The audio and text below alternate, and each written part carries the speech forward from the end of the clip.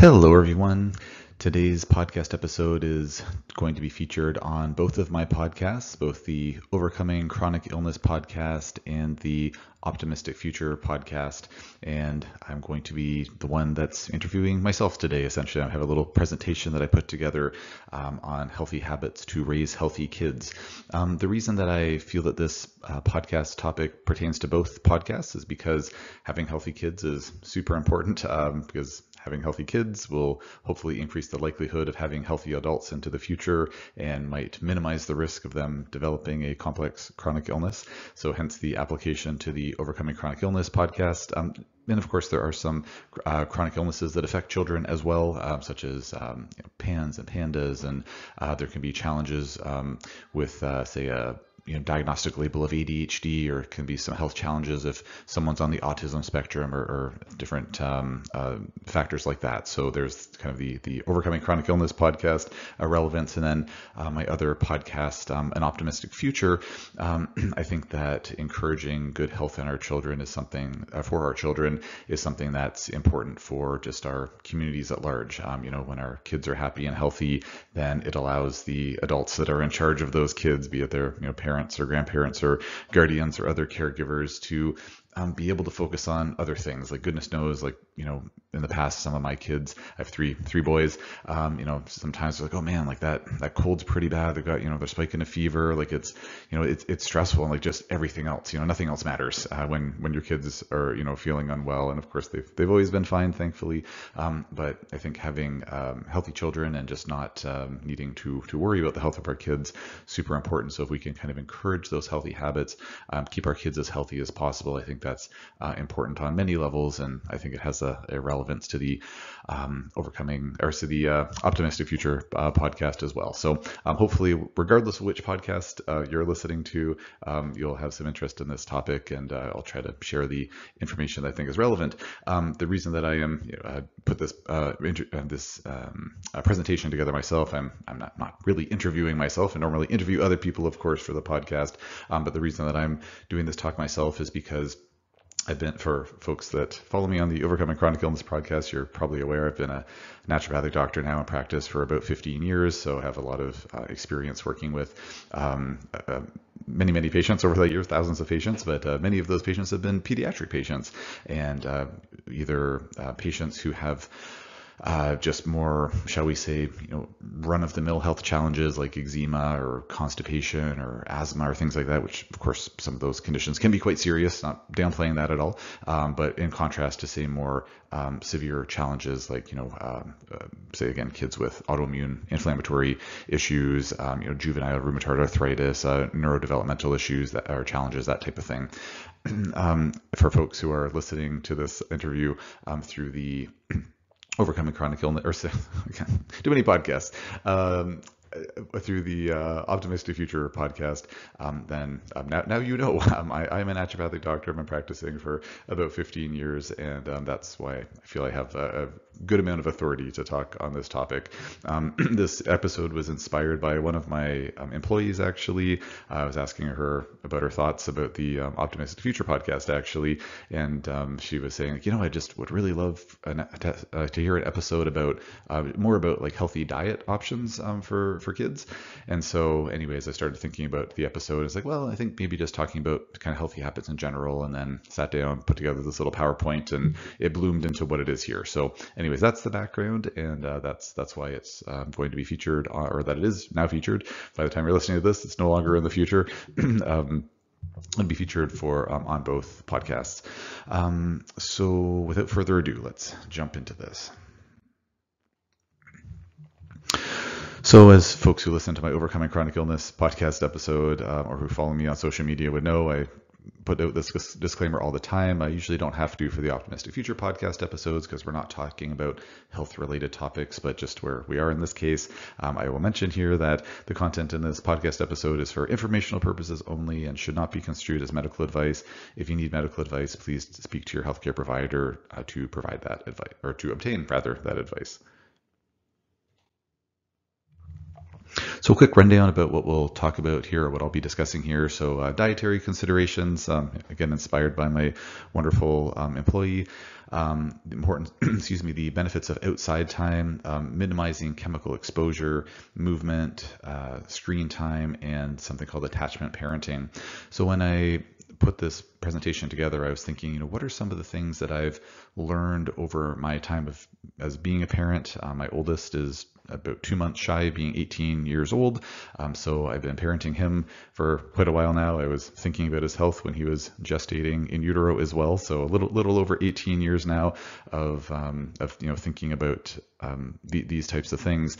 My firstborn was born when I was still in naturopathic school. So even before I started working with pediatric patients, then I have been thinking about these things. So over the course of time, just through continuing education and things that have come across my radar, things that have come across my wife's radar. She's a naturopathic doctor as well, so she kind of looks at things not just through the parental eye, but also through the healthcare provider eye as well. These are some of the things that I think are I'm the most pleased that I learned about, either through my clinical practice and clinical experience, or just through other learning outside of that, and then just seeing what are the things that seem to have seemed to have been the most impactful or important for my ability to parent as well as I feel like I can, and also for the health of my children, and hopefully encouraging their health into the future. Also kind of retroactively looking at some of the things that may have impacted my health or my wife's health or some of my adult patients' health, and then looking and seeing how, it probably would have been a good thing if our parents knew about these things, which of course life is a journey, and can't know everything out of the gate, certainly. So we just always do the best that we can as parents, and this is this was kind of the mindset that I had around compiling this list. So certainly not an exhaustive list of all the things that I think are important for kids, but these are some of the more ones that I think I'm the most excited to talk about. I think some of the most relevant, and hopefully covering a lot of ground here. So in terms of dietary considerations, I think that, and again, this is the approach that I take with my children. This is the approach that I will generally counsel the parents of my pediatric patients. We don't always get into the nitty-gritty of dietary considerations, it's not always a hallmark thing. So, but when we do talk about diet, which is in a majority of my pediatric cases, but these are some of the principles that we embody in my household, and then also that I generally will emphasize for the majority of my pediatric patients. And a lot of this spills over into adult health as well. But the rules, in my mind, at least for kids, are a little bit different because their metabolic needs are different. They're of course growing rapidly. As adults, we're still growing in that we have to replenish. We're still cellular regeneration, cellular division is still important, whether we're exercising and trying to put on more muscle mass, or we're replacing old cells that have reached the end of their viable lifespan, and now we have to replace them with new ones after they've been sort of destroyed through apoptosis. But at the end of the day, of course, children, compared to us fully grown folks, fully grown humans, they have a much higher energy demand. So, whereas in my experience and in my opinion, a lot of adults, unless we're very, very active, we don't really need, like, say, tons of carbohydrates. So whereas for kids, we'll see something coming up here where, I'll say, well, yeah, fruit juice, like, not a terrible thing for kids. Adults probably don't really ever need to drink fruit juice. It's fine to do it. Free country, hopefully, wherever you live is a free country. Folks around the world listen to this, so don't know what's applying to everybody. But, it's something that we really generally don't need, that, like, huge shot of, carbohydrates and calories in the form of juice. Whereas with kids, it's not necessarily the healthiest thing to consume all the time, in my opinion. But if we are going to give our kids juice, it's like, well, okay, have the juice when you're about to burn a bunch of energy. Like, here, drink this juice and now go play outside for 2 hours. Don't drink this juice and then try to sit still in a classroom for 2 hours. I mean, again, whatever parents want to do with their kids, it's challenge. Managing kids is not the easiest thing in the world. There's certainly no finite playbook, but this is where some of the recommendations will kind of differ for adults and for children. But anyways, getting off on a tangent there. So protein, in my opinion, is very important. We need to make sure kids are getting a lot of protein, and Really, it's one of the main drivers for growth processes in our cells. It's really important to make all of our enzymes and muscle tissue and bones and et cetera, et cetera. Everything is structured in our bodies, have a protein component to it in terms of structural development and growth. Now, one of the things with kids that we thankfully don't have to really worry about, to my understanding, is that when they're consuming protein, it's okay if you kind of load the protein in at certain times of the day. So for adults, to my understanding, it's pretty important for us to be getting protein in throughout the day. Now, bearing in mind that some folks, a good option for them is, say, intermittent fasting. Other people, not so much. They need to eat 3 square miles a day, or some people should be grazers through the day. It really depends on the case. But with adults, we generally want to space our protein out through the day, or spread it out through the day, because we just can't make full use of it all at once. If I need 100 grams of protein or 60 grams of protein or whatever it is for my daily needs based on my size and activity level, then for me as a fully grown individual, I probably shouldn't eat all of that all at once. I should really try to space it out maybe in 2 or 3 divided doses, so to speak, of protein through the day. For children, to my understanding, it doesn't really matter. Their physiology is such their bodies will just kind of use that protein and really won't waste it, even if it's more front loaded or back loaded in the day. So as much as for my kids, my wife and I strive to get, and succeed, really. We've been at it for a while now, but generally are successful at getting protein into them every meal of the day. If there's a situation where it's like, I just cannot get my kid to eat protein at breakfast time, but, we do pretty well at lunch and he eats tons of meat at dinner, for example, it's like, that's okay. We don't have to worry about it quite as much for the, spacing out for the little humans that are out there. So protein is important though. And so when my wife and I are structuring meals for our kids, then it's kind of like, okay, let's start with the protein because that's what we feel is the most important, and then we'll add the fat and carbs and thinking about micronutrients and whatnot on top of that. Another, I think important principle, I'm sure this isn't a surprise to anyone, but refined sugar is not healthy. Trying to minimize our intake of refined sugar as a species, I think, is probably a very, very good idea. That's a huge topic, but I think the sort of discussion is fairly settled that we're all quite aware that refined sugar is not healthy. So that would be, our, cane sugar, high fructose corn syrup. If on the label it says glucose, fructose, or sucrose, these are refined sugars. So trying to keep those to a minimum as much as possible, I think, is important. I do have some thoughts that I'll share here in the upcoming slides about, thoughts around what's a good, what are healthy or good options for, say, breakfast, lunch, dinner, snacks, that kind of thing. So we'll see that there are refined sugar-free options there. I think that organic is worth considering, or at the very least trying to consume spray-free foods, if possible, vegetables if possible. I had a wonderful interview with a woman named Laura Adler. She's a health coach, and she has her handle on Instagram is Environmental Toxins Nerd. I actually posted our interview on both podcast platforms as well, because toxins, toxic chemicals apply certainly to our health from a chronic illness perspective, and then also from an environmental health and I think just general human health perspective for the Overcoming or for the Optimistic Future podcast as well. So that was posted in, I don't know, February or March of 2024. So it was a great interview, and she's certainly worth following on social media. And anyways, good chat, and I won't beleaguer the point here. But when it comes to avoiding chemicals, I think that it's something that we should, in my opinion, should try to avoid as best we can. Now, I'm very aware of and sympathetic to the fact that, especially nowadays, where I'm recording this in April of 2024, inflation is a real thing. Groceries are getting more and more expensive, and not everybody can afford to eat organic, and that's okay. We always just need to try to do the best we can. If I just can't buy any organically grown produce, that's okay.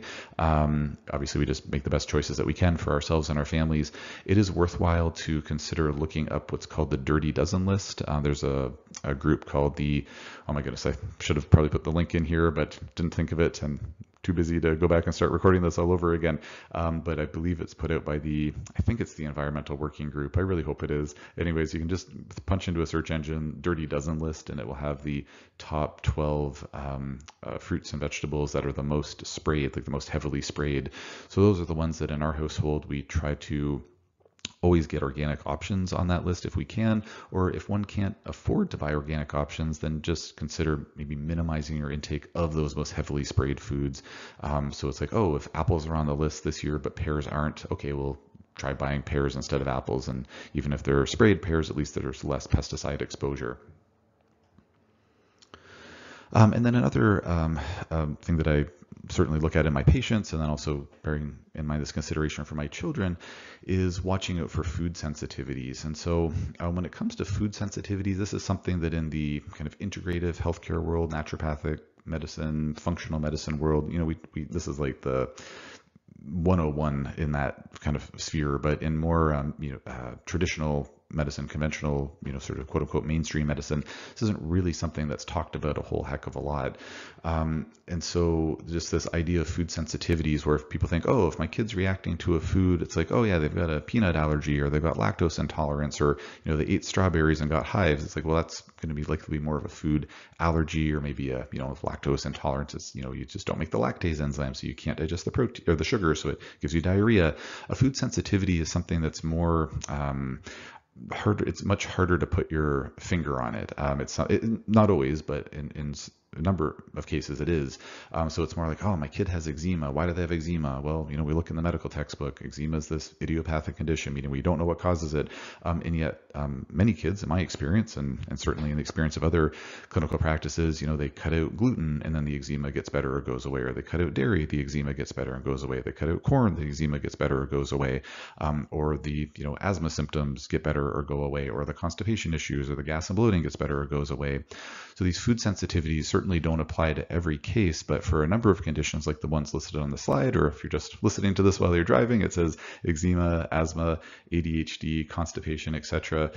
There are a number of clinical, a lot of the common or most common health issues that might appear or arise for a child, in my experience, are oftentimes, not in every case, but oftentimes related to or impacted by food sensitivities. So the punchline here is that if a child is having an issue with eczema, asthma, ADHD, constipation, or other issues, rashes or hives, or acne as they're getting into their preteens and teen years, maybe other behavioral challenges, it's worthwhile to think, well, maybe there's a food sensitivity component here. Maybe I should talk to someone who knows about these things, could do a workup for that, whether it's blood testing or a therapeutic trial diet or something like that. One quick little note here, I just always try to make, I think it's important to make note that ADHD, attention deficit hyperactivity disorder, for many years was very highly pathologized. It's like, oh, this is a disease, this is bad. The new way of thinking about that, and in my opinion, the correct way of thinking about it, is that ADHD fits into this category of something called neurodivergent. So the brain of someone with an ADHD label is different than a neurotypical non-ADHD brain, but it's not a bad or pathological thing. It's just a different kind of nervous system. So I just want to make sure I emphasize that. Listing all these other things which are pathologies. It's never good to have eczema. It's never good to have asthma. But with ADHD, it's like, well, it's this neurodivergence, which can certainly make it mighty challenging in a traditional classroom setting and cause other challenges. But that's really that it's kind of the environment's fault. It's not the brain's fault, so to speak.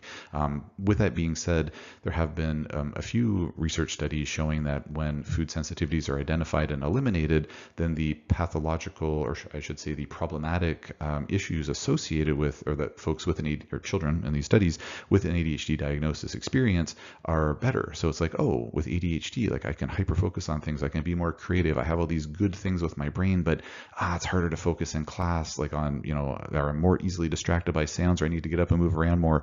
Well, sort of those more challenging features that some individuals, some children with an ADHD label have, can be ameliorated. So it's like, oh, I still have all the benefits of my, special, actually advantageous ADHD brain, but without the pathologic or the sort of problematic issues that can come along with that, so to speak. So you kind of have your cake and eat it too. Special enhanced brain, and it's not interfering with day-to-day life as much. So that's just a little clarification on that.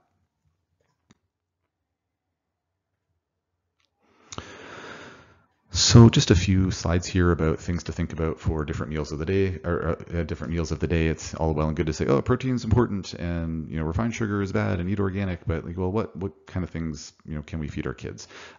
So for breakfast, and this, if memory serves, was what my employee was specifically saying, like, what do I feed my kid for breakfast that doesn't have sugar in it?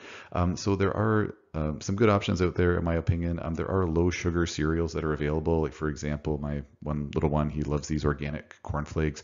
I personally feel that it's important for my family, at least, to purchase organic corn, because the non-organic corn is genetically modified, and whether or not a person's concerned about having genetically modified food in their body is one thing, but those genetically modified grains or other substances like soybeans or whatnot that are genetically modified, they are sprayed with Roundup, which contains a chemical called glyphosate. And just looking at the research literature, kind of the emerging literature on that, I'm just not comfortable with feeding my children foods that have glyphosate residue in them. I think it's, quite frankly, very bad for us, and I have a lot of concerns about it. So I'm just specifically mentioning here organic cornflakes.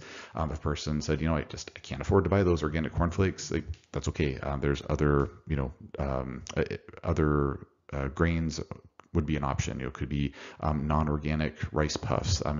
With wheat, it is one of those things where preferably it would be organic, because even though wheat's not genetically modified, to my understanding, it's typically sprayed with glyphosate as a desiccating agent to help with its harvesting. So, organic corn, organic wheat are the ones that I think are the most important to pay attention to. But other grains, if it's like, oh, it's non-organic oats, oats. I wonder what oats taste like. If it's non-organic oats, I don't think that that's a particular problem, or not as much of a problem necessarily. There wouldn't be glyphosate involved in that, for example.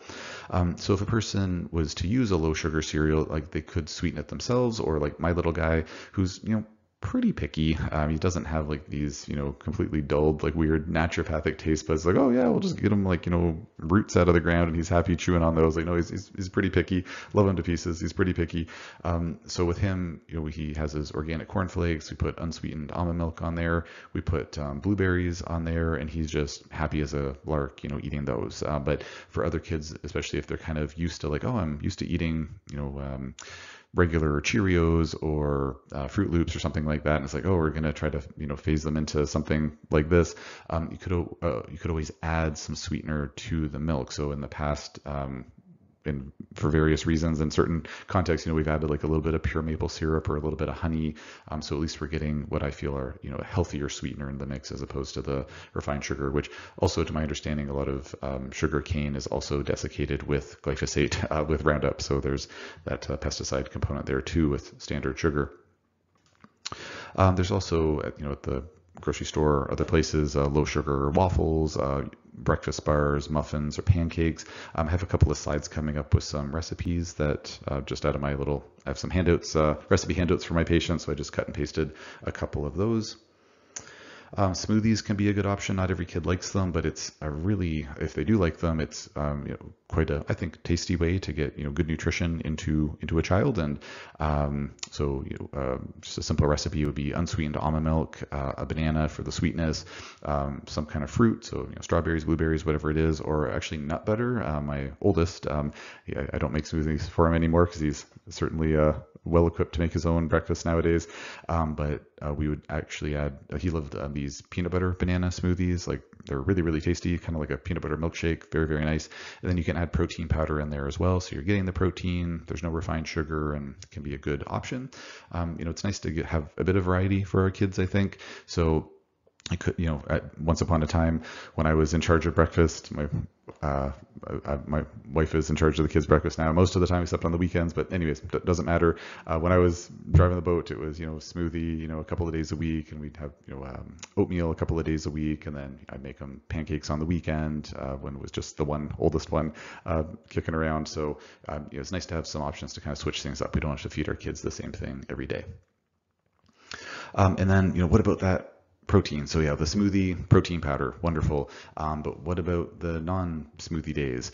So there could, of course, be scrambled eggs, fried eggs, whatever. Eggs are a good traditional protein source in Western cultures. I think they're wonderful and delicious, but it doesn't have to be eggs. Parents will sometimes say to me like, my kid just, doesn't like eggs, and like, what am I going to give, and doesn't want a smoothie every day, or doesn't like smoothies. What am I going to give them for protein in the morning? Well, it's kind of this funny tradition here where it's like, so if somebody said, I eat a pork chop for breakfast every morning, it's like, oh, what a weirdo. Or like, I eat ground beef for breakfast every morning. Oh, that's strange. Well, why is it strange? It doesn't really matter. What's so special about breakfast? It's not like our digestive tracts can't consume meat protein early in the morning. So my youngest, my 6-year-old, he loves ground beef. He would eat it every meal of the day. And so we usually feed him eggs in the morning, but I'd have no problem giving him ground beef, or when we've been on vacation, sometimes that's what he's had for breakfast, and that's fine. So it could be eggs are a good option, meat's an option if your kids like nuts or seeds or butters of those. If, trying to be sensitive and to the vegan or vegetarians that might be listening. I don't have a ton of experience with that with my patients, but I know my sister who's a vegetarian. She does these organic tofu scrambles. So there's different options that are out there for protein in the morning, just to say complement the muffins or pancakes or what have you. So here's a recipe for almond flour breakfast bars. They're quite delicious, if I do say so myself. For folks who are listening, the timestamp here, it's around 25 minutes and 45 seconds or so into the recording. So and this will of course be on the YouTube channel for both podcasts as well. So I will, so you could screenshot this or pause it or whatnot. But anyways, that's the timestamp for that one. Here's an almond flour muffin recipe. Timestamp is 26 minutes and about 5 seconds. And then here's a recipe for gluten-free pancakes. They're rice flour based, although one could use other flours like a gluten-free flour or wheat flour, whatever you so choose. And the timestamp there is 26 minutes and 20 seconds or so. I have to plug in my computer. It might glitch the recording here, so I'm going to hit pause, and hopefully it won't sound too glitchy when I unpause.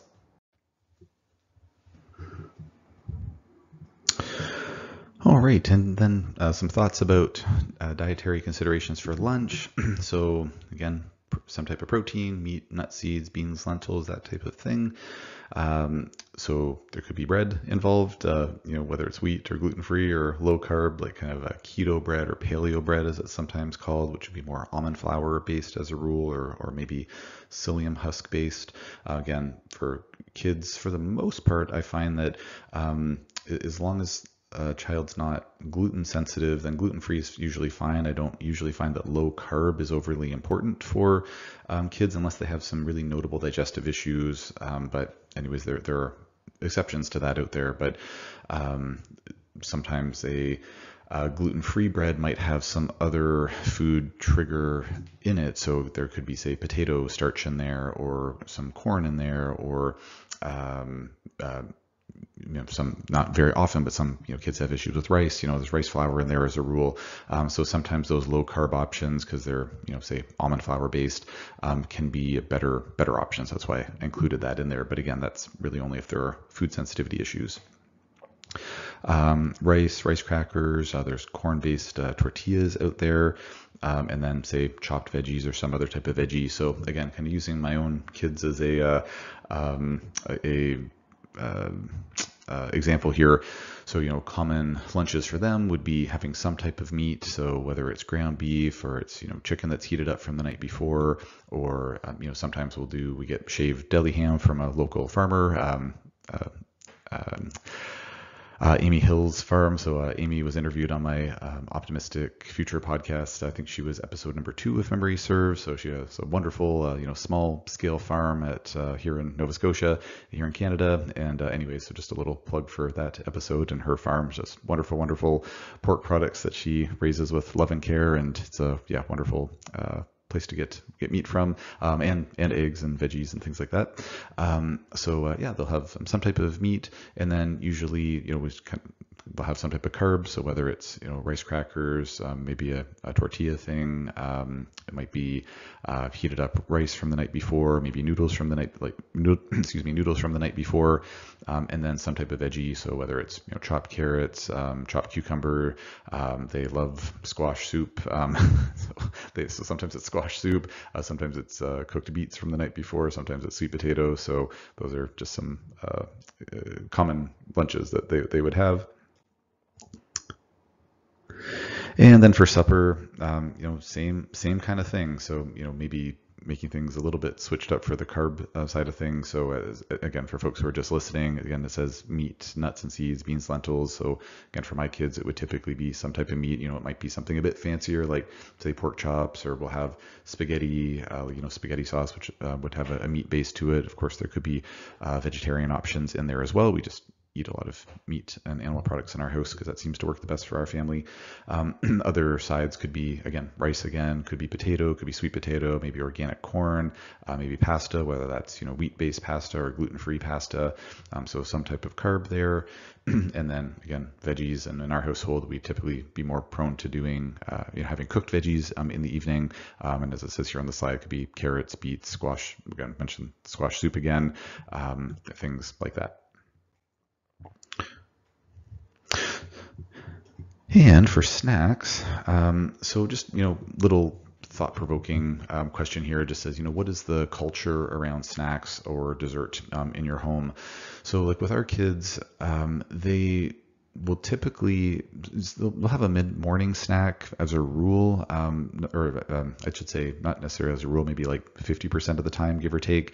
And I have some snack examples here coming up, but they don't really snack a lot through the day. And I think in large part because they have really balanced meals at each meal of the day. I think that what I've seen in my pediatric patient population and certainly in my adult population is that a lot of folks, pediatric or adult, they don't eat enough protein in the morning. Sometimes don't eat any protein in the morning. It's like, at least not enough. So it's like, I'm going to have my bowl of, some traditional cereal, maybe with some cow's milk. So yep, you're getting some protein in there with the cow's milk, but not enough by and large. And then of course, a couple hours later, like, I'm hungry. And so there's a snack and that's fine. There's nothing, when it comes to snacking, I think especially for kids, it's all good. Kids are just meant to grow. So I don't think we can really go wrong with the snacking. In most cases, there are exceptions to that.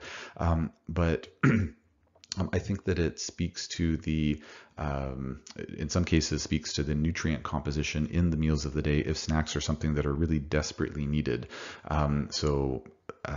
Again, it's okay if kids are snacking and, not giving any health advice here or anything like that, but it's just something to think about where it's like, if there's an observation like, we really haven't been getting that much protein in with breakfast, it has just been kind of like more of a carb centric kind of extravaganza, started eating more protein. Little Bobby doesn't really, seem to need a snack, mid-morning, or doesn't seem to be needing to snack as much. That can make a significant difference, I think. So again, not saying that snacks are a problem or snacks are a bad thing, but just the reason I bring this up is because one of the challenges that a lot of parents run into is like, what are some healthy snacks? I only have so much time in the day. I can't be, making my own healthy snacks. A lot of the stuff at the grocery store, there are better and better options out there, but they, oftentimes will have some preservative in there, or maybe one or two ingredients that we're not overly enamored with, or the really healthy, or like the, least, or the non-chemically laden options are just really, really expensive. Or I know in our household, we certainly, like to be frugal with our groceries as best we can, but also I just think about the packaging. We don't want to be, creating more garbage by, having these individually wrapped snacks and things like that. So I think that if we can optimize our kids' meals, then that might lead to a lower need to emphasize snacks, and then that can kind of help to solve the problem. Like, what do I give my kid for snacks? Well, if they don't really need snacks as much, then that helps to solve the problem because you're getting more nutrient density in those meals potentially. I mentioned here about dessert as well, because that can be another challenge.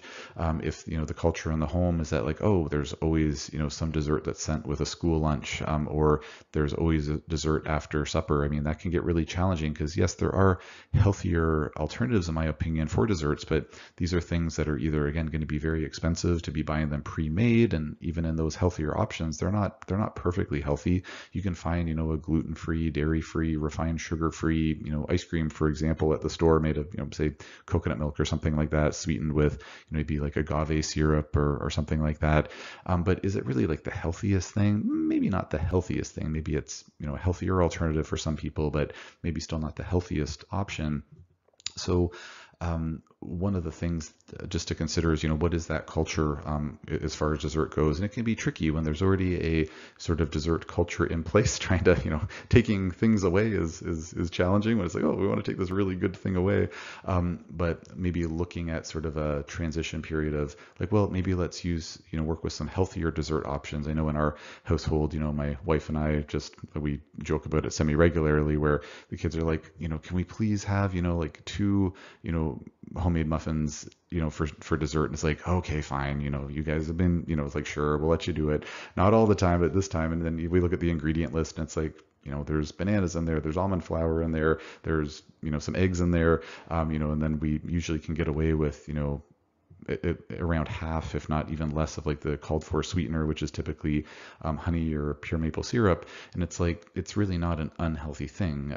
So they're getting a healthy dessert. They're really excited about it. And, they're not actually getting something that's, objectively bad for them, or unhealthy for them. So, phasing into like, healthier options over time could be something to think about, or, maybe kind of modifying that culture around the dessert where it's like, well, we don't have to have dessert, say every meal. Maybe it's like, we're going to do this, every other day or something like that.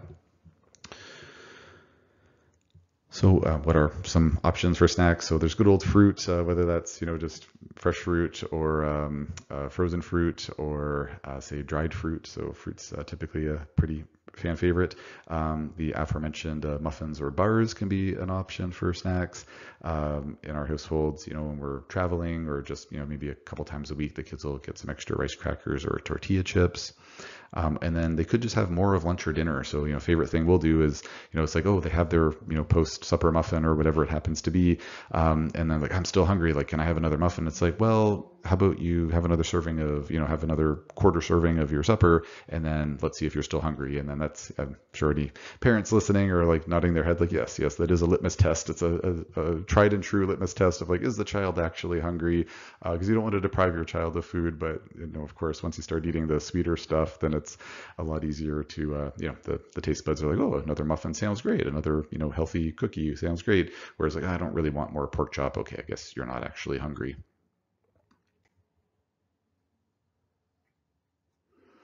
And then drinks. This is another one where not going to be anything earth-shattering here, but water is a good option. That's probably the best thing for most of us to be drinking. Pure fruit juice, as I think I alluded to earlier, it's something that can certainly be consumed for kids. I don't think it's an unhealthy thing for kids if used sort of in moderation at appropriate times. Just a little note here to be cautious if something's labeled, a fruit drink or fruit punch, or if it says a low sugar on the label. I think reading labels is a really good idea. As a very, very general rule, I think eyebrows should be raised a little bit if you're reading a label and you can't pronounce one of the ingredients, or you don't know what one of the ingredients is. If you don't know what it is or it's unpronounceable, it might not be the healthiest thing. That's not a hard and fast rule, but just kind of a general rule to think of. If it says fruit punch or fruit drink, there are fruit punches that are 100% pure juice, but it is just kind of a tricky word out there. It's like, oh, it's a fruit punch, fruit drink, like it's fruit, it's liquid, like, oh, it must be fine. But it might be, if you read the ingredient label, it's like, oh, there's added sugar or other things in there that you don't want to be in there. Fruit drink is typically slang for there's some fruit juice in there and then also a bunch of sugar. And then low sugar, I remember one time at the grocery store, I saw that there was this low sugar apple juice. I was like, well, that's kind of weird. And so you read the label and it's like, yeah, it's apple juice, and then they add extra water, and then they added some aspartame or sucralose, like some artificial sweetener. So just reading the label, and just so that you can make sure you're making an informed decision about what you're consuming. And then, as it says here, just asking yourself, when do I want to hop up my child on sugar? So as I was saying earlier, it's like, hey, if my kids are going to get juice, if we're giving them some supplements or medication, or, if they're fighting off a cold or something like that, we'll put it in juice or applesauce or whatnot. And it's like they're going to get that before they have outside time to go play, because we don't want them bouncing around and creating a ruckus, inside the house when they're all hopped up on sugar. So just, not holding any illusions about like, what is juice? You're basically taking all the fiber and everything out of the fruit and then just giving the pure sugar out of the juice. Or out of the fruit. So it is, sugar in a bottle, which is, again, not a bad thing for kids, but just something to think about. Timing is everything. And then just a thought, this isn't something that every kid likes, but just as an alternative to pop or soda, getting some carbonated water and then adding some juice to it can be quite tasty as a kind of a special drink for, or a special drink for special occasions or whatnot. So spent quite a lot of time there talking about the diet side of things. Again, wanted to make my wonderful employee happy. And so hopefully that gave her something to chew on, and hopefully everybody else listening something to chew on as well. No pun intended. So the next topic here is outside time. So I think that in my opinion, kids having time outside is really important. Of course, in most schools, probably all schools, I'd imagine, at least in here in Canada, North America, I'm sure in other parts of the world, there's always an outside time with, recess, unless it's, hurricane outside or something like that. So kids are, of course, getting outside time, when they're going to public school. But are they getting enough time outside? And then also, what are they doing outside? If it's like, oh, they're outside and then they're, reading comic books or playing on their phones or whatever it is that kids are doing, like just making sure. I think outside time is so important. And then these are the reasons I think it's important. So just asking the question, well, when my child is outside, are they actually doing things that are allowing them to work on some of these different factors? So one is vision optimization. To my understanding, there's some research. This isn't hard and fast, and I'm certainly not an optometrist or ophthalmologist, but to my understanding, there is some research literature indicating that if kids are doing activities where they're like looking at things that are far off in the distance, so if they're out on a nature walk, like a forest walk or something like that, or they're in like a big grassy field and they're looking at things, their friends who are playing, capture the flag or something, like across the field, like needing to look far away is an important thing, or looking at things that are various distances away. Of course, in a traditional classroom setting, it's like, well, there's a certain distance to the chalkboard or whatever they have in classrooms nowadays, and then distance from say their eye to the page on the desk in front of them or whatnot. But with a lot of us, kids in a classroom or adults in a cubicle or whatnot, like we're not really putting our eyes to their full potential. We're also generally looking straight ahead, not really needing to worry about our peripheral vision as much, say inside of a classroom or at work. So outside gives a lot of opportunities to use our eyes to their fullest extent. And to my understanding, there is some correlation with more outside time and using our eyes to their fuller potential outside, and a reduced risk of myopia / close nearsightedness / need for glasses. Sunlight is also very important. We need it for vitamin D. We need it for a lot of other things. I had a great interview with a woman named Carrie. Her handle is Carrie B Wellness, for my Overcoming Chronic Illness podcast. I think this was in 2023. I don't remember now. It was a while ago. But anyways, we had a great chat about like the myriad benefits of sunlight, and it's not just about vitamin D. So outside time, important for that, at least on overcast days, although we get beneficial UV rays when the cloud cover is up there. Outside time also facilitates natural movements. So what I mean by that is our bodies were designed to go through a wide range of movements, hanging upside down, climbing things, doing somersaults, spinning around, like, you see kids out at play and it's like, oh my gosh, there's just little monkeys out there. And so outside time tends to facilitate that more than inside time. I mean, there are folks that are, outside of the box, like my family, we have monkey bars inside of our house, because we want our kids to be able to climb inside as well, but or hang and things like that. But outside, of course, encourages more of that natural movement as well. And then also grounding. I believe that making contact with the earth is important on, I think, a number of levels, but even just from strictly a health perspective, I think having that direct contact with the earth is important. And so whether that's, kids playing outside barefoot, in warmer weather, or if they're, in any weather, really, kids will find a way to make contact with the ground, whether it's, crawling on their hands and knees and putting their hands directly on the ground, or, doing those somersaults, putting their heads on the ground or whatnot. Obviously being careful for ticks and things like that in the grass, depending on where you live. But that contact with the earth, I think, is really important. Next quick topic here is chemical exposure mitigation. So I mentioned earlier on that episode that was featured on both podcasts with Laura Adler, the environmental toxins nerd. So please feel free to reference that. But the punchline from that interview was that chemicals are bad for us. They are not regulated or controlled in the way you might think they would be. It's like, oh, if the government says it's okay to be in this or that product, it must be okay. They've done lots of safety studies. Unfortunately, nothing could be further from the truth. And there's no malice in there. It's just there were no safeguards put in the first place. A lot of chemicals have been grandfathered in over the course of time, and it's just it's a bit of a mess. So trying to minimize our exposure to chemicals, I think, is really important. Just a couple of tidbits there, but please reference that podcast episode if you want more detail, or follow Laura on Instagram. She has post stuff all the time. She's great. So trying to minimize or ideally just outright avoid artificially scented products. So that could be hand soap, laundry detergent, fabric softener, deodorants for older kids, perfume, which could be older kids, or just not wearing perfume or cologne or things like that ourselves as their parents, because all of these things contain toxic chemicals that are not good for us. The unscented products are a good option, or potentially things that are scented with, say, like essential oils or whatnot, could be an option that's healthier.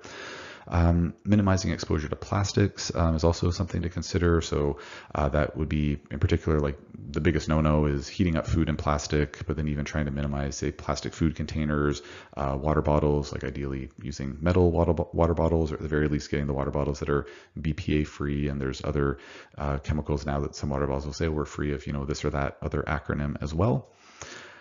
And then trying to minimize pesticide exposure. So that would be kind of circling back to the organic food if possible, or trying to at least choose like the lowest spray foods possible, and that, avoiding the dirty dozen list as best as one can.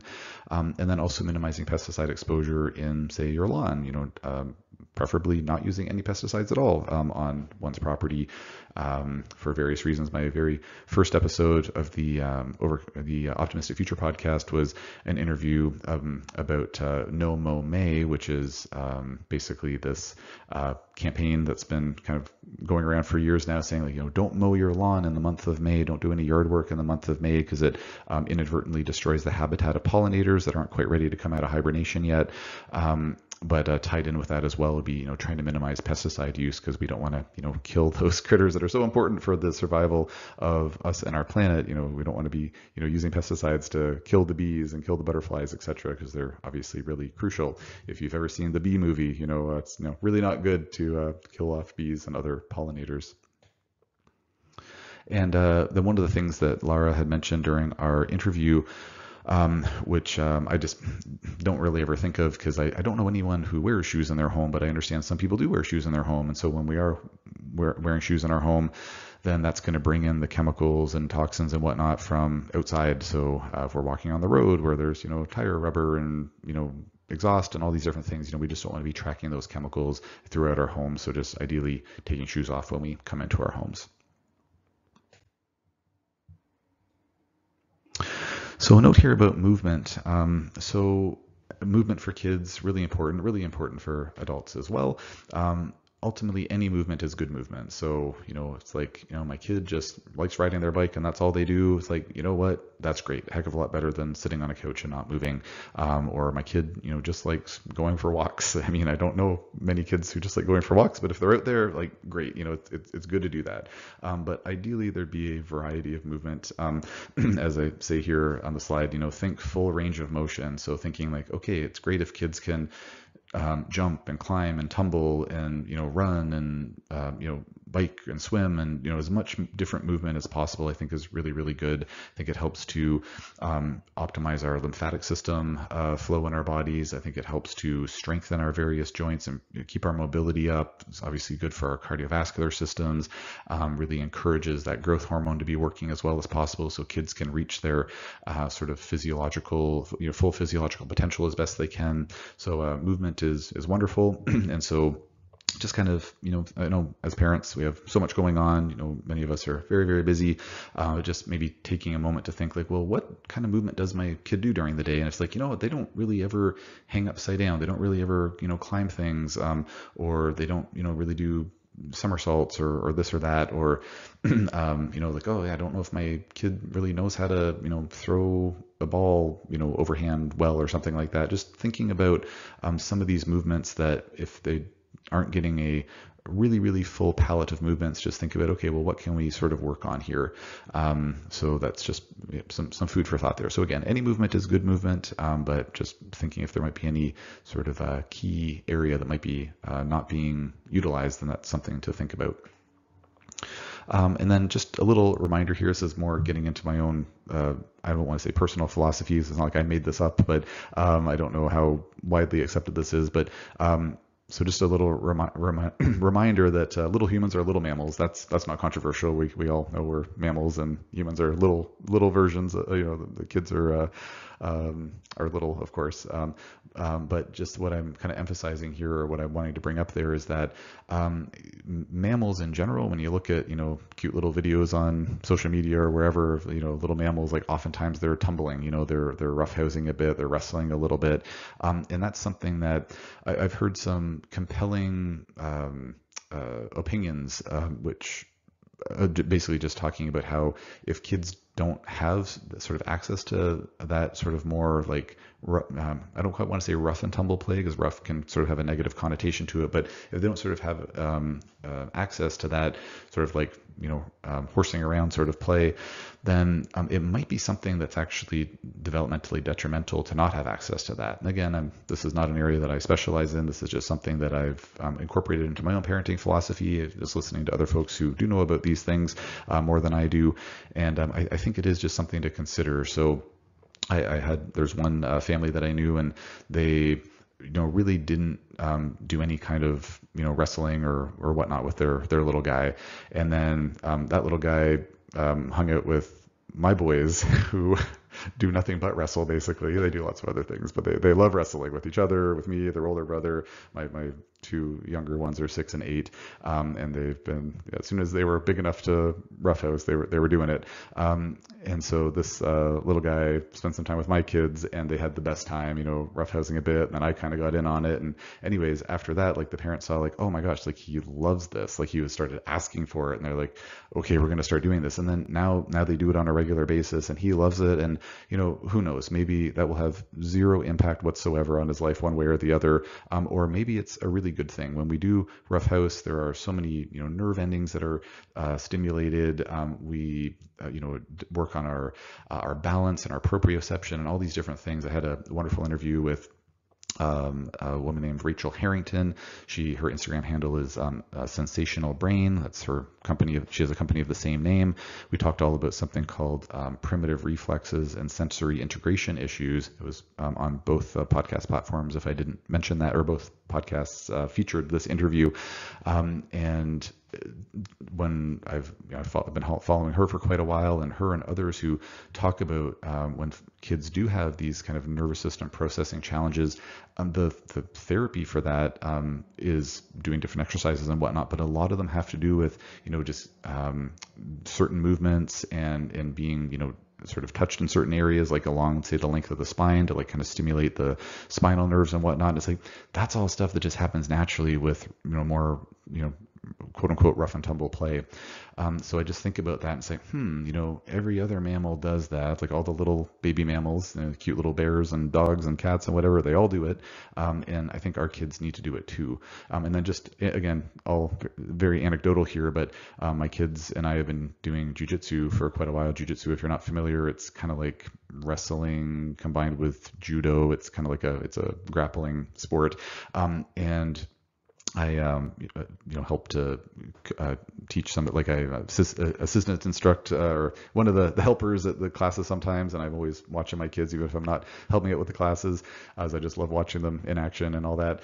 And like there's just kids of every shape, size, gender, ethnicity. Like it's just such a like a mix of like every kid of every walk in life you can think of, and like they, not every kid in the world goes to a jiu-jitsu class, but just the fact that like, the kids just really seem to love it. And I think it's, anyways, maybe built into our DNA or something like that, but little plug for that quote unquote rough and tumble play. Question mark here saying says barefoot is best, question mark. I think that there's a very strong case to be made that trying to be barefoot as much as we can, or using what they call minimalist shoes, which enable us to kind of have our cake and eat it too, and that we're not barefoot when it's snowy outside, or we're walking on rocks, like sharp rocks or something like that, but these minimalist shoes which allow our feet to kind of try to maintain their normal biomechanics while still wearing a shoe, I think, in my opinion, is best. So either being barefoot if we can, or if not barefoot, using minimalist shoes that still encourage the natural biomechanics of our feet, I think is really important for a lot of reasons. There's a wonderful, brilliant woman named Katie Bowman. She's written many books, one of which is called Whole Body Barefoot. She is on my bucket list to have as a person to be interviewed. Just haven't reached out to her yet because I don't know that my podcast is popular enough to warrant a guest of her caliber, but we'll see. Anyways, a little bit of, I'll be a little starstruck because my wife and I have been following her for a long time, and she, her and others, but her book, so she's has, I believe, a PhD in human biomechanics, and her book, Whole Body Barefoot, really changed, I'll say changed my life, changed my wife's life as well, in that it really, drew a lot of attention to how important foot biomechanics are, not just for the health of our feet, but I would argue every other joint in the body, especially ankles, knees, hips, low backs. As I say to my patients all the time, how many people do you know above the age of 60, even 50, who don't have some complaint about one of those joints? And it's hard to find someone who doesn't have some concern there, and I think a lot of it has to do with biomechanical issues with our feet. So anyways, I kind of mentioned it earlier with the outside time and getting the grounding, but I think barefoot for our kids is great. And anyways, question mark there, because again, I'm not an expert in human like foot biomechanics, but I think it is just something to have on one's radar. So so Katie Bowman is wonderful resource. There's another group called the Foot Collective, which they have an Instagram page. So if you're interested in learning more about that, those would be places to consider getting started. And then last point here on the slide says optimal daily dose of chair usage. So that's a weird bullet point to have. So what do I mean there? What I mean is that, to my understanding, sitting in chairs is not very good for us. When we sit in chairs, it allows, or it makes our lower body muscles weaker because we're not engaging them. So if you're not, using it, you're, at least not gaining there, and maybe losing it a little bit. And then to my understanding, it also can impair the flow of our lymphatics, getting fluid from our lower bodies back up to our circulatory system. And that's something that might impair our detoxification function, could potentially, and I don't know for sure. Again, this is not an area that I'm an expert in, but I've heard smart people who are experts in these areas talk about it and cite research and whatnot. So I think there's something to it, which is why I'm mentioning it here.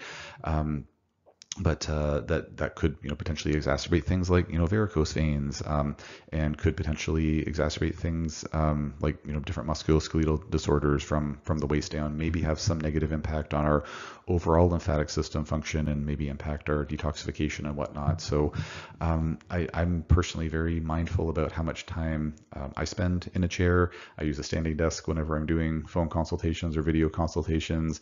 My wife and kids and I, we cut the legs off of our dinner table. We sit on the floor while we eat. We try to sit on the floor as much as we can. And just little personal anecdote, when my oldest, who's again almost 18, when he was little, I just, and I was 18 years younger than I am now, in my early 40s now, I just hated being down on the floor. I love them to pieces, still do, played with them all the time, but I was like, oh man, like just playing on the floor, like, let's play at the table. Like it was uncomfortable sitting down there. It was like uncomfortable getting up. And I was a pretty fit guy, playing ultimate frisbee and lifting weights and all these things. I wasn't, like an unhealthy individual. But then once we started sitting on the floor all the time, which we probably started doing maybe 10 years ago now, there was a transition period of maybe a couple of months where I was like, oh, this is kind of uncomfortable. And then now it's like no problem at all. Like my core muscles are stronger, my quad muscles are stronger, just getting used to getting up and down off the floor. So just thinking about chair usage. So how does this translate into kids? Well, of course, in a traditional classroom setting, they're sitting in a chair. So just thinking about like, oh, if we're gonna do, say we're gonna play a board game, in the evening, well, maybe play that board game on the floor, which is maybe good for the kids, good for the adults as well, to practice some non-chair time as well. So that's what I'm referring to there.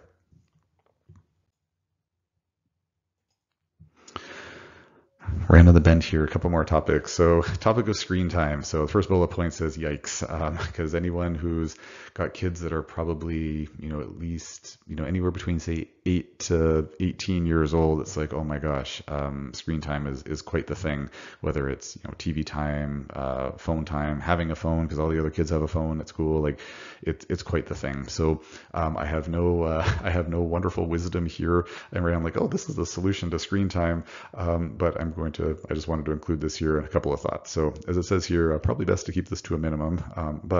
And I say that because, oops, it easy. Okay, I think we're good. Tried to remove my last bullet point, but to just go back because I wasn't quite ready for this current one, but it made a weird sound. I'm just going to not push any more buttons so I don't ruin this recording somehow. The reason I think it's probably best to keep screen time to a minimum, is especially when it comes to social media interaction with kids, is I've heard some compelling information from, again, experts in this area. Actually, this is a topic that I'm looking in the process of finding someone to interview for the Optimistic Future podcast on, actually, just to get to flesh out my knowledge around this. I want to talk to an actual expert in this, but to my understanding, there's some compelling evidence to suggest that kids spending more times on screens, especially social media, it can be just really bad for their mental health, their attention spans, that kind of thing. So I think it's probably best to keep it to a minimum. But if screens are going to be used, I think, as it says here, trying to minimize social media use for as long as possible is probably best. I know that can be very, very challenging, but just wanted to put it on the slide so it's at least on folks' radars. But I have no magical ideas as to how to make that easy and not turn it into a big fight. Then the other thing here, just maybe food for thought, is that if kids are going to be, say, having screen time, playing video games, in my opinion, I think that, creative and or cooperative games are probably best. Like, I'm sure any parents listening here have probably heard of the juggernaut that is the game Minecraft. It's been around for many years. One of my kids just did a little presentation on it. Apparently it was sold several years ago to, I think, maybe Microsoft for like $2.5 billion. Like, it's just insane how popular this game is.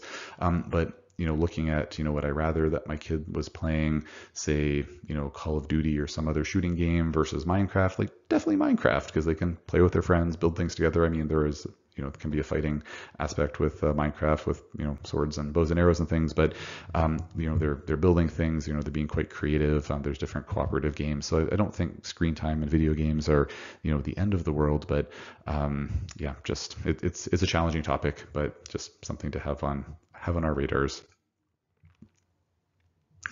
And the very last topic here is something called attachment parenting. I kind of debated whether or not to put this in the presentation because, as I keep on saying, like, I'm not an expert in this, I'm not an expert in that, and I am an expert in some things, but not in attachment parenting.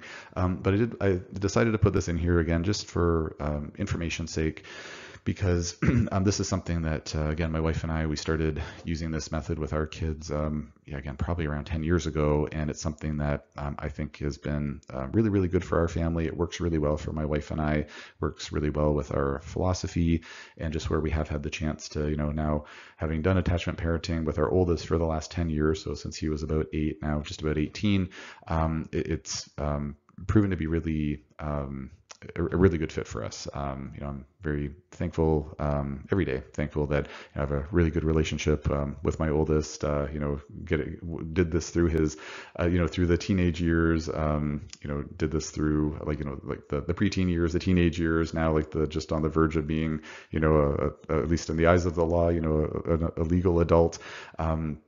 It's something that's been a really good fit, and I'm really thankful that we kind of follow this approach because, when there have been, various challenges, as anyone listening who has or has had teenagers will know, like, goodness gracious, there can be challenges there. Kind of sort of adhering to these principles has been, that sounds more dogmatic than I meant it.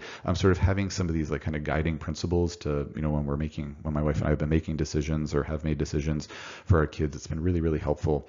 So I just mentioned here at the top of the slide that, again, like this podcast episode is sponsored by Instagram because I'm giving everybody's Instagram handles, but that's where a lot of people, you can find their information.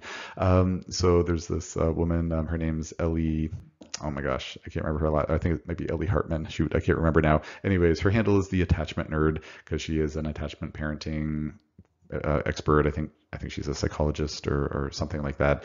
Anyways, her handle is the Attachment Nerd because she nerds out on attachment parenting. It's a really, really great resource. She has, she's one of these Instagram accounts where every single post of hers I read, I'm like, I just want to, post this to my, shoot, I can't remember to my story, I think is the right jargon there. So like, I just want everybody to know about the Attachment Nerd because I think her parenting advice is so useful. So anyway, she's a really great resource. There's others out there as well. But as far as the attachment parenting goes, and again, I'm not an attachment parenting expert, certainly not giving any parenting advice, just speaking to what's been helpful in my family. And some of the things I have listed here with the top priorities, I don't know if these all officially fit under the umbrella of attachment parenting, but I'm just including them here again because I just wanted to share my my thoughts on this. So the top priorities around attachment parenting or analogous philosophy, shall we say, is that kids should have as much access to their parents as possible. Now, that's going to vary from household to household. If you're listening to this, you're a single parent, working 3 jobs and you don't really get much face time with your kids, like that's a very different situation than, in my household where my wife is home with the kids, homeschooling them, and, I work for myself and I can alter my hours and, book extra days off here and there to spend more time with my kids. And I'm always home for supper and this and that. So, there's a spectrum there, of course. So that's why I say, as much access as possible, or maybe I should have said as much access as reasonably possible. But one of the principles of attachment parenting, to my understanding, is, again, the kids have access. Whether they're going to capitalize on that access is a question mark. And I can say where I've, had raised a child now up until almost 18, the amount of access that the kids want really varies a lot from day to day. So where my sweet little 6-year-old and 8-year-old, they would just spend all day every day with me if given the opportunity. But I always kind of say that, okay, I could revise that. We really capitalize on our time together, but say on, if I'm home on vacation or something like that, and we have, a whole week together, it's like, oh, dad time. But then they'll, after say we're hung out for the morning, it's like, okay, kids, I'm going to, whatever, like work on this. Like, do you guys want some alone, some of your own free time for play? It's like, they're, yeah, for sure. And then they'll go play, Lego for an hour or something like that. And then they're ready for more dad time. Whereas, my now 18-year-old, we'll spend time together, and every once in a while, we'll just start chatting, and it's like, oh my gosh, like this kid's been talking to me for the last 2 hours, and I'm just soaking it all up. Because again, anyone who has a child in that range, or who had a child in that range and who's now older, it's like, yeah, you cherish that time when they're in their older teens, because they usually don't want that much time with you. But it's like this attachment parenting philosophy, still using that with the oldest one, because it's like, okay, if unless I have to run to work or something, it's like, okay, if he wants to talk to me until 11 o'clock at night because he's got stuff on his mind, I'm there for him. Or if he wants to talk for 10 minutes, it's like, okay, he's going to be the top priority. If I'm like, okay, the kids are Skyping with my mom who lives in Ontario and she's reading to them over Skype. Okay, wonderful. I've got my hour and a half on Sunday afternoon to, actually get caught up on some stuff, get caught up on some emails. And then if my oldest, comes into the room and he's like, oh, Dad, I want to pick your brain about, he's doing a carpentry apprenticeship, so he wants to talk to me about that, or some logistical thing, or his taxes or something. It's like, yep, I'm just there. It's like, that's it's just like this default mode in my mind where it's like, okay, if it's within my power, nobody's going to be killed or maimed. I'm going to I'm going to give them the attention that they need, when they need it, sort of thing. So anyways, again, going to be different for different family situations, et cetera, but just, again, kind of having it as I phrased it earlier, kind of like a bit of a guiding principle of like, okay, my kids need access to me. I'm going to, within reason, give them the access to me, or they're going to have as much access to me as possible in terms of what they need. And then when they have that access, to my understanding, again, listening to the Attachment Nerd and others, then there's just this balance. I think there's this fear, and I think I believe it's unfounded. I mean, I understand where it's coming from, but I believe that it's unfounded. And I'm, again, I'm not an expert in this area, so I could be certainly wrong with this, but I've kind of heard the fear before, this concern before, of like, well, if I give my kid, too much access to me, then they're just going to want more and more. And I gotta live my life too. I gotta do this and that. I need, some time to myself or whatever. What I can say from experience is that the amount of attention or access that kids want, it does really vary quite a bit.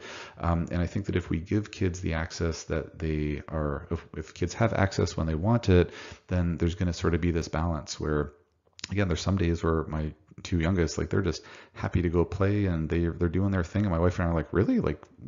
We just get to kind of hang out, or one of us isn't on kid duty. This is amazing. And then other days where they want us all the time. So I think that the concern that if my kid has too much access to me, they won't learn how to, not need access to me. I believe that, to my understanding, that's not a well-founded concern, and it's something that if we give kids access when they need it and want it, then they're going to figure out how to regulate how much access they actually need to us, and to my understanding, that helps with self-esteem and developing in other relationships, might help to minimize the risk of, becoming overly dependent on another person. Or anyways, again, this is not my area of expertise, but check out the Attachment Nerd and see what you think, or some analogous expert in this. But anyways, that's one of the top priorities. Another top priority here is something called referred to as natural consequences versus punishing kids.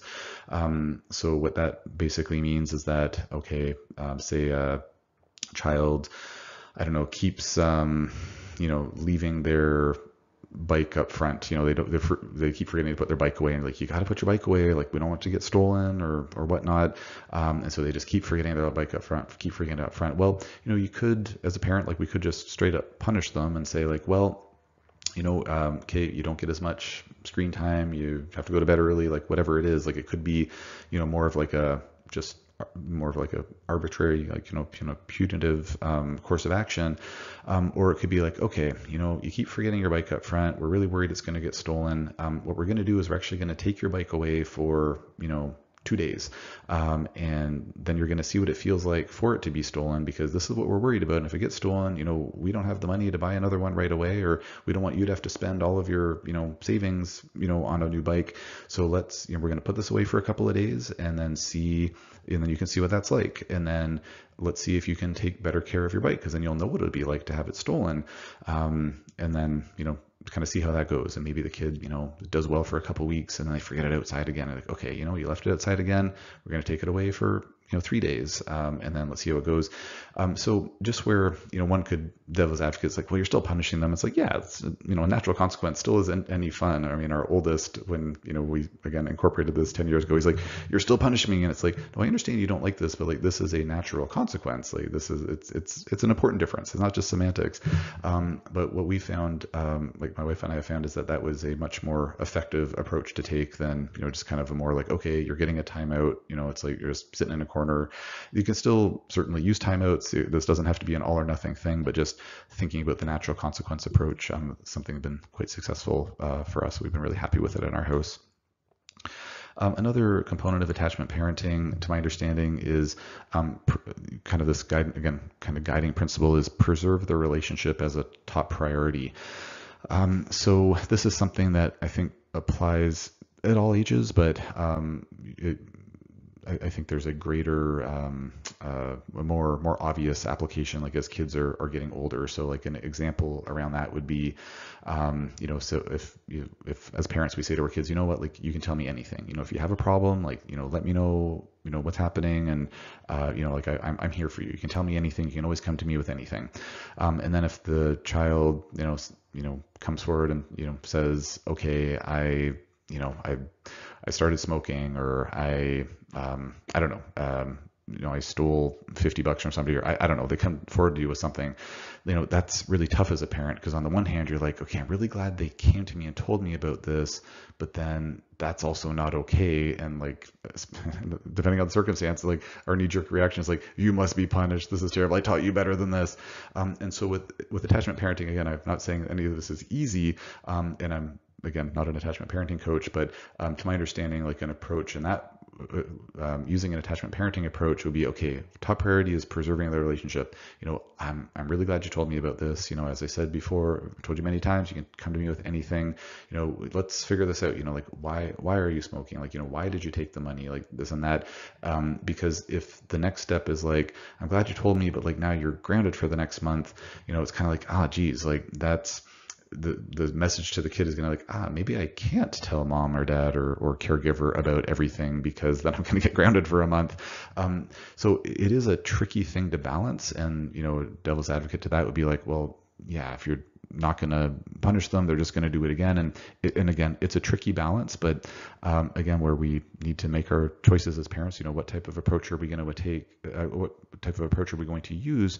Again, the attachment parenting has just been hands down the best approach for our family. And again, looking at resources like, say, from the Attachment Nerd or others, kind of getting a bit of, or there's attachment parenting coaches out there, psychologists like Ellie from the Attachment Nerd, offering these different services. It's not something that we just have to like, read like an inspirational Instagram post and then just kind of like figure it out yourself from there. There are additional resources there, ebooks, this type of thing, but that's just an example of another, I think, to my understanding, core principle of attachment parenting. Very last thing here is to, as it says here, work on your own quote unquote stuff so your kids don't have to. This is a tricky one. This can stir up a lot of things, and this also doesn't have to be an all or nothing overnight change that has to be made. But what I can say from personal experience is that there were a number of times, this is something that comes up with younger kids as well as say preteens and teens and older teens, but things that will make a parent mad or get really upset or really trigger them about something their kid's doing. Again, speaking from personal experience, and then also just seeing things by proxy, reflecting on my own childhood, looking at examples on Instagram posts from the Attachment Nerd and others. In many cases, the things that really trigger us the most about our kids have a lot to do with how we were raised, or baggage that we have, or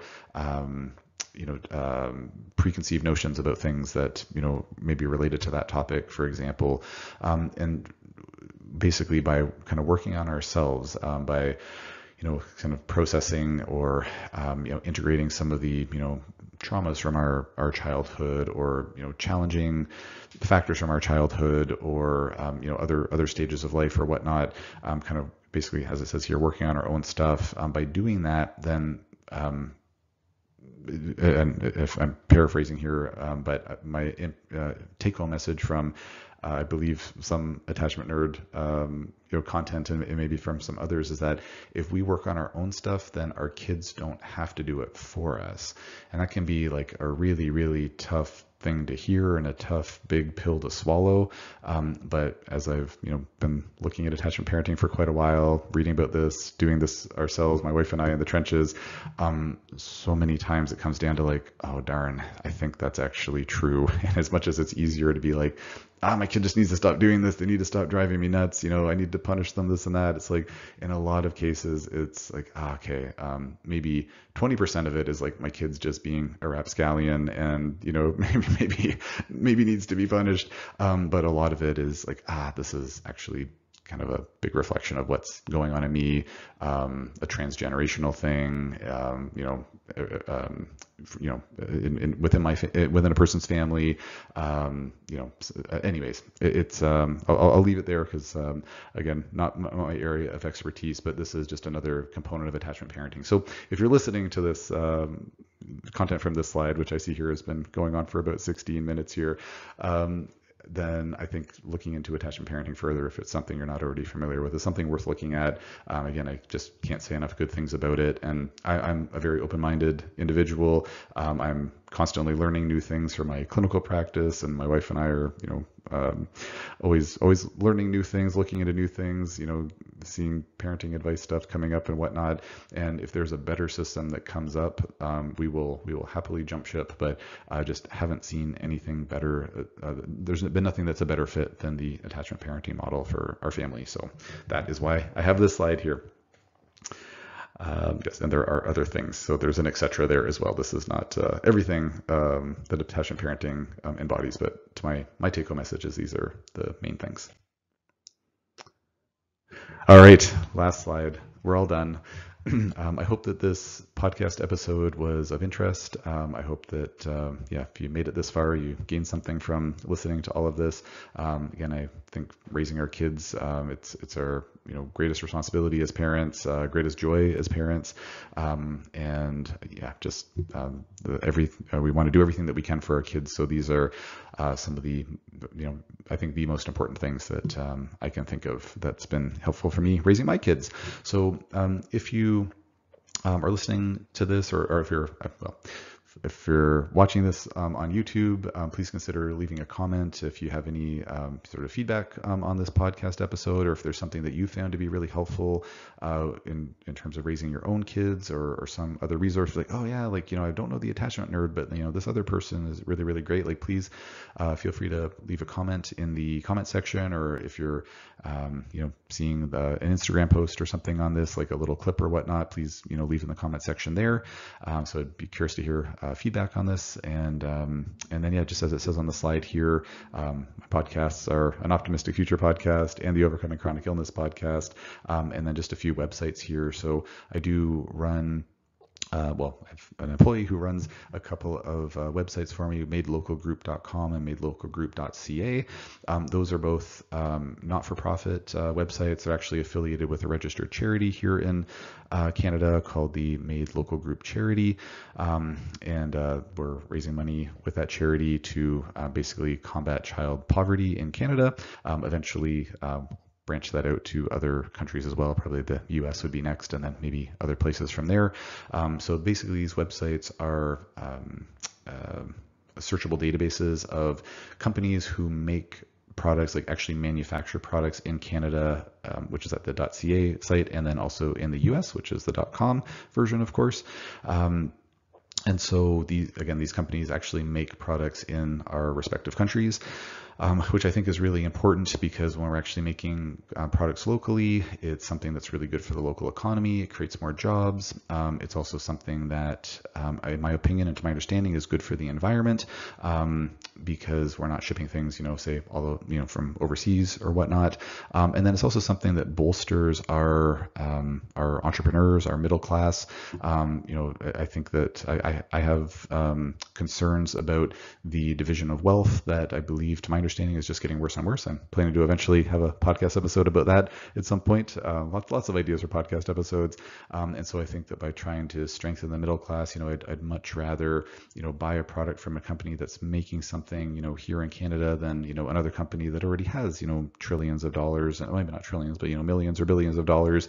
And it's like, do they really need more money? And can I support a local company that, definitely could use more money.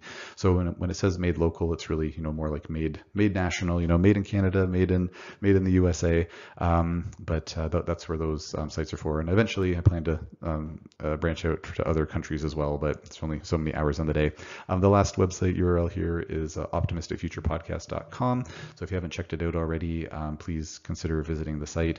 There's a list of simple steps that one can incorporate to help make the world a better place, to work on environmental or economic or societal challenges that we're having. I'm going to be a little hard pressed to find simple steps in this podcast episode because some of these things like attachment parenting, oh my gosh, that's not a simple step. And of course, not something everyone would be interested in. But for other topics like, not mowing your lawn in the month of May, or, trying to avoid, don't wear your shoes in the house to keep toxic chemicals down. Don't wear perfume and cologne because they're toxic chemicals that don't mean to be too brutal here, but like poisoning you and everybody around you. And it costs money for them as well. So stop wearing them. Save some money, save the planet, save each other. So there's a list of different suggestions on there on that website. So anyways, I will leave it there. Thank you for your attention, and I hope that this was of interest.